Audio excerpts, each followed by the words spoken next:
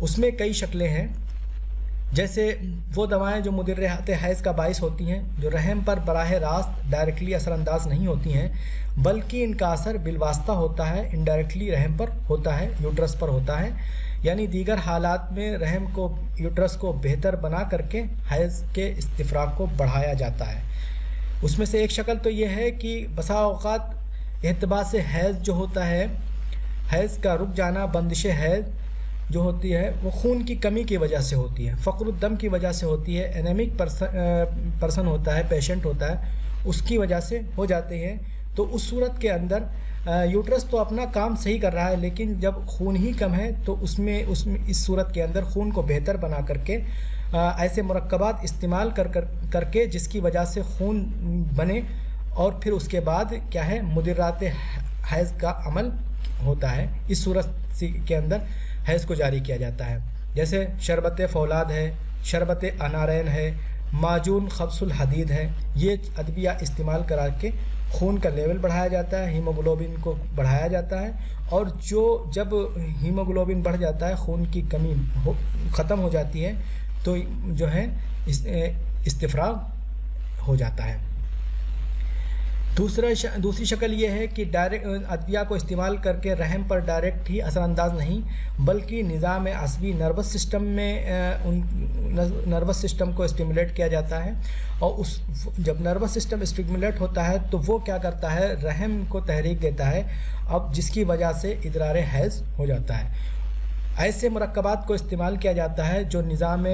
عصبی پر اثر انداز ہوتے ہیں، جیسے کچلا کے مرکبات ہیں، تو اس طریقے سے بھی کیا ہے ادرار حیض کا عمل وجود میں لایا جاتا ہے۔ تیسرے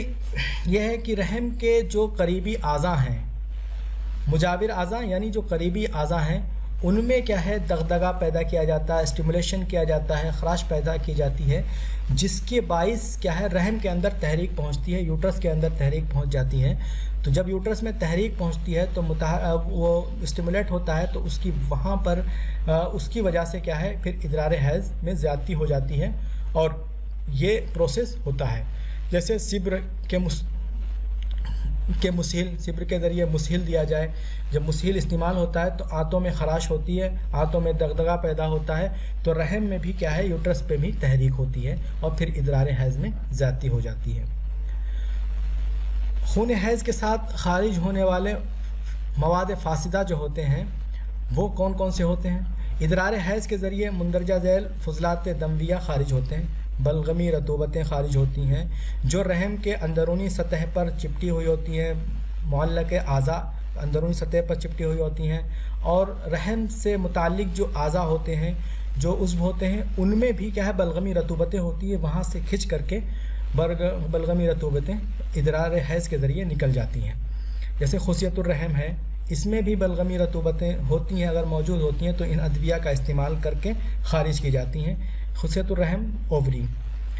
دوسرا کیا ہے، وہ خون جو رحم کے اندرونی سطح سے مترشح ہوتا ہے، ٹھیک ہے، انڈومیٹریم سے مترشح ہو رہا ہے یا مایومیٹریم سے مترشح ہو رہا ہے، جس میں فضلات دمویہ شامل ہیں، تو اس صورت کے اندر مدرات استعمال کر کے اس کو خارج کیا جاتا ہے۔ تیسری جو چیز خارج ہوتی ہے ادرار حیض کے ذریعے، سمی مواد ہوتے ہیں جو خون حیض کے ساتھ شامل ہو کر کے خارج ہو جاتے ہیں۔ طبیعی وضع حمل یا اسقاط حمل کے بعد تنقیہ رحم کے لیے بھی مدرات حیض کا استعمال بہت فائدہ مند ہوتا ہے۔ ڈلیوری ہوئی ہے، ڈلیوری کے بعد جو فاسد مواد رحم کے اندر رہ گیا ہے، جو خون رہ گیا ہے، اس کو نکالنے کے لیے، اس کو خارج کرنے کے لیے، یا ایبورشن ہوا ہے اس کے بعد تنقیہ رحم کے لیے جو اس کے اندر فضلات رہ گئے ہیں ان کو خارج کرنے کے لیے مدرات کا استعمال فائدہ مند ہوتا ہے۔ کچھ دوائیں ایسی ہیں جو موجب اسقاط حمل بھی ہیں اور مدر حیض بھی ہیں، یعنی وہ دوائیں رحم کے اندر کانٹریکشن پیدا کرتی ہیں، اس کے اندر تحریک پیدا کرتی ہیں، جس کی وجہ سے اسقاط بھی ہو جاتا ہے، ایبورشن بھی ہو جاتا ہے، اور جو موجود فضلات ہیں، جو فاسد مواد ہیں، وہ بھی کیا ہے رحم سے خارج ہو جاتا ہے۔ مختصر یہ کہ ہر ماہ عورت کے بدن سے خون حیض کے ساتھ بہت سے فاسد مواد خارج ہو جاتے ہیں۔ یہ ایسے فاسد مواد ہوتے ہیں جن کے ٹھہرنے سے اگر وہ بدن میں نہ خارج ہوں تو غیر طبیعی کیفیت پیدا ہو جاتی ہے،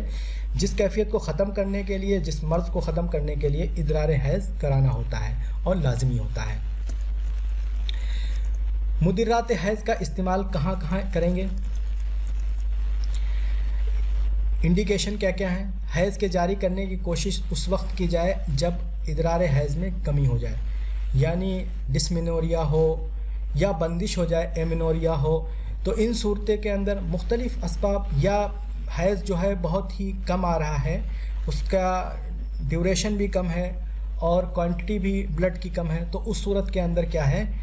بھی استعمال کرائی جا سکتی ہیں۔ پھر اس کے اسباب مختلف ہوتے ہیں، اس لیے اسباب کے مطابق ہی مدرات حیض دوا استعمال کرائی جاتی ہیں۔ مثلا کبھی کبھی ایسا ہوتا ہے کہ احتباس تمس ہوتا ہے، احتباس حیض ہو جاتا ہے، وہ یوٹرس کی کمی کی وجہ سے نہیں ہوتا ہے، یوٹرس کے اندر کوئی پرابلم نہیں ہوتی ہے، لیکن سائڈ سے دوسرے سبب ہوتے ہیں، جیسے لاغری بدن ہے، بدن اتنا کمزور ہے کہ اس قدر بلڈ یا خون بنا ہی نہیں پا رہا ہے جو کیا ہے جس کے ذریعے حیض جاری ہو، جس میں کیا ہے جو فاسد مواد جس کے ذریعے سے نکل سکیں۔ تو اس صورت کے اندر مقوی غذائیں اور فولاد کے مرکبات کیا ہے استعمال کرائے جاتے ہیں، جس کی وجہ سے بدن کے اندر قوت آئے اور خون کی قلت کیا ہے وہ کم ہو، تو یہ صورت بھی کیا ہے ادرار حیض کا باعث بنتی ہے، بندش حیض کو ختم کرتی ہے۔ دوسری صورت یہ ہے، کبھی کبھی ایسا ہوتا ہے بندش حیض کی وجہ جو بن جاتی ہے، ایمینوریا یا ڈسمینوریا، پیٹ میں درد حیض کے ساتھ جو آتا ہے، اس کی وجہ بن جاتی ہے ٹھنڈک لگنے کی وجہ سے یوٹرس کے اندر برودت آ جاتی ہے، جس کی وجہ سے اس صورت کے اندر حیض بند ہو جاتا ہے۔ تو اس صورت میں کیا ہے کچھ ترکیب استعمال کی جاتی ہے علاج بالتدبیر کے اندر، جسے ہم آبزن کہتے ہیں، سٹس بات کہتے ہیں، تو گرم پانی کا استعمال کر کے آبزن کرانا چاہیے۔ اور آبزن کے بارے میں یہ پورا ایک ٹاپک ہے، اس کے بارے میں ہم پڑھیں گے تفصیل سے۔ تو اس میں کیا ہوتا ہے، مریضہ کو کمر تک بیٹھانا مفید ہوتا ہے، اور یا پھر کوئی ٹب کے اندر کوئی بڑے سے برتن میں جس میں مریضہ بیٹھ سکے، تو اس میں گرم پانی بھر دیا جاتا ہے، کچھ مدر ادویہ ڈالی جاتی ہیں، یا کبھی کبھی سادہ پانی سے بھی آبزن کرایا جاتا ہے۔ تو یہ کیا ہے، کبھی کمر تک بیٹھایا جاتا ہے، کبھی کندھوں تک، شانوں تک بھی اس کو پانی میں ڈبویا جاتا ہے۔ تو یہ صورتیں ہیں، اور ان کے آبزن کے ساتھ ساتھ کوئی مدر دوا بھی دی جائے، تو اگر اس صورت کے اندر ٹھنڈک کی وجہ سے حیض کی بندش ہوئی ہے تو وہ کیا ہے صحیح ہو جائے گی اور ادرار حیض ہو جائے گا۔ کبھی کبھی ایسا ہوتا ہے کہ اسقاط اور طبیعی ولادت کے بعد بھی تنقیہ رحم کے لیے کیا ہے ہم لوگ تنقیہ رحم نہیں ہو پاتا ہے، ادویہ استعمال کرانا پڑتی ہیں، تو مدرات حیض کا استعمال اسقاط کے بعد اور ولادت کے بعد کرایا جاتا ہے۔ اکثر حیض درد کے ساتھ یا تاخیر سے ہوتا ہے، تو اس صورت کے اندر ٹھیک ہے، اس صورت کے اندر صبر سقوتری، یہ ایک ہی لفظ ہے، صبر سقوتری، صبر ایلوا کہتے ہیں، ایسا ایلوا جو بہت ہی تلخ ہو یعنی کڑوا ہو تو اس کو صبر سقوتری کہتے ہیں۔ اس کا استعمال اور مرمکی کا استعمال جو ہے بہت مفید ہے، اور اکثر حیض جاری ہو جاتا ہے، یہ پرابلم ختم ہو جاتی ہے۔ احتیاط کیا کریں گے دوران حیض ان دنوں کے اندر؟ پریکاشن جو ہیں وہ یہ ہیں کہ دوران حیض عورت کو کبھی ریاضت، کبھی ورزش، ایکسرسائز نہیں کرنا چاہیے۔ سردی سے بچنے کی ضرورت ہوتی ہے، سردی سے بہت اپنے آپ کو بچانا چاہیے۔ نیز ٹھنڈے پانی سے نہانا اور ٹھنڈے پانی کو پینا، ٹھنڈے پانی کو ہاتھ لگانا، ٹھنڈی ہوا میں جسم کو کھولنا یہ ممنوع ہے، منع قرار دیا گیا ہے۔ ان دنوں کے اندر دوران حیض ایسا نہیں کرنا چاہیے، کیونکہ برودت پہنچنے سے حیض میں کمی آ جاتی ہے، جس کی وجہ سے کھل کے ادرار حیض نہیں ہوتا ہے، سمی مواد جسم کے اندر ہی رہ جاتے ہیں جو کہ مرض کا باعث بنتے ہیں۔ اب یہاں پر کچھ ادویہ ایک ساتھ جمع کر کے مدرات حیض دوائیں آپ کو بتا رہے ہیں کہ ان کے ذریعے آپ مریضہ کا علاج کر سکتے ہیں، جیسے تخم گزر ہے، گاجر کے بیج ہیں، پرسیاؤ شاہ ہے، پوست املتاس ہے، ٹھیک ہے، ابہل ہے، اسارون ہے، اور یہ ترمس ہے۔ یہ ایک طرح کے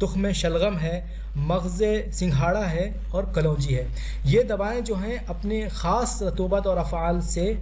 جو غدود ہوتے ہیں پستان کے اندر ان کو تحریک دیتی ہیں، اور ان غدود کے متحرک اور اسٹیمولیشن کی وجہ سے